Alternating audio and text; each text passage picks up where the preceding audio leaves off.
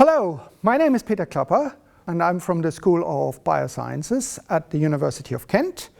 One of my big passions is teaching and how to improve teaching. A few weeks ago, Joe Johnson, the university's minister, announced a new government initiative called the Teaching Excellence Framework. This is a tool to look at the quality of teaching, especially in higher education. Now let's assume for a moment that universities have two fundamental functions: research and teaching. We have looked at research for quite some time. Now I think it is proper to look at the teaching as well. And one of the first questions is, why do we want to look at this initiative? Why do we want to measure the quality of teaching? Well, Joe Johnson said in a BBC interview very recently, too many universities in England have allowed teaching to become a poor cousin to research.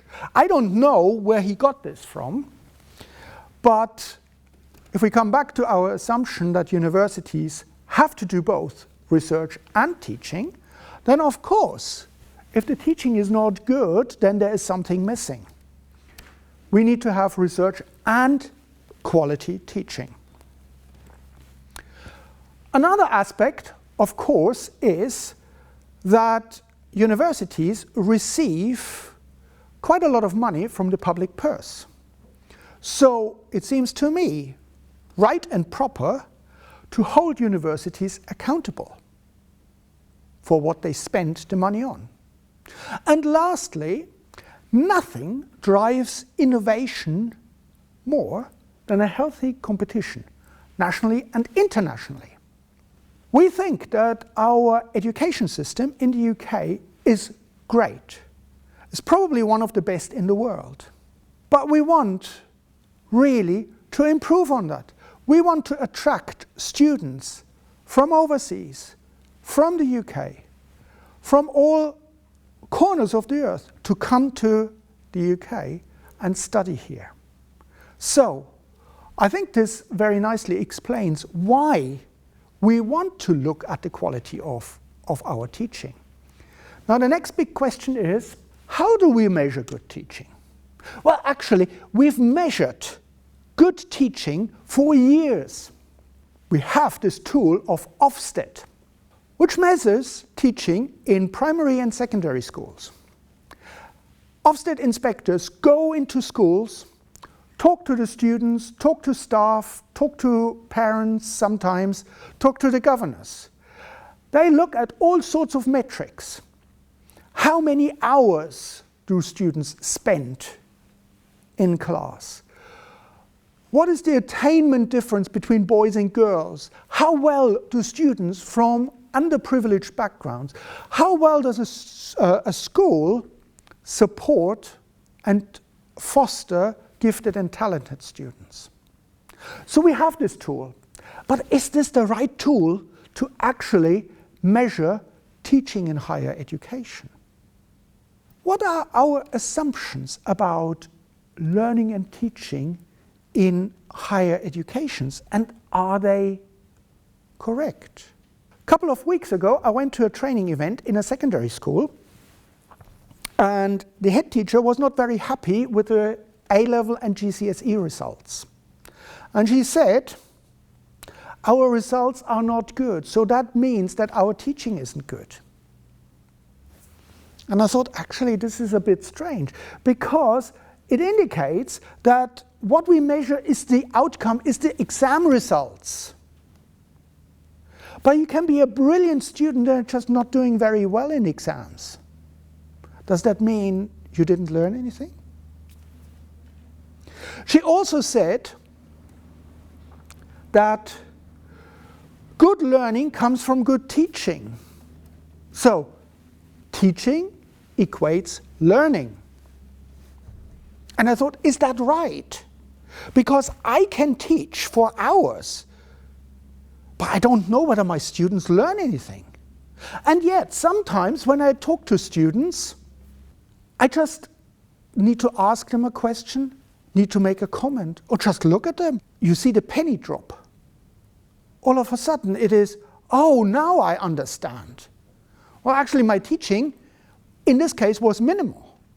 And yet the student learned a lot. So I think our assumptions when it comes to teaching in higher education are not always correct. Now, what made me think about the teaching and the quality of teaching was a comment by a student. It's an anonymous module evaluation, which I received last year. And this student said, I didn't find that the teaching supported me well and often had to reteach myself the topics in order to complete a test. Now, when I read this comment, I was furious. My first reaction was, you little so-and-so, I'm working my socks off to give you the best teaching that I can give you. And you give me such a comment. How dare you? And then I reflected a little bit more about this. And I thought, what if the student is right?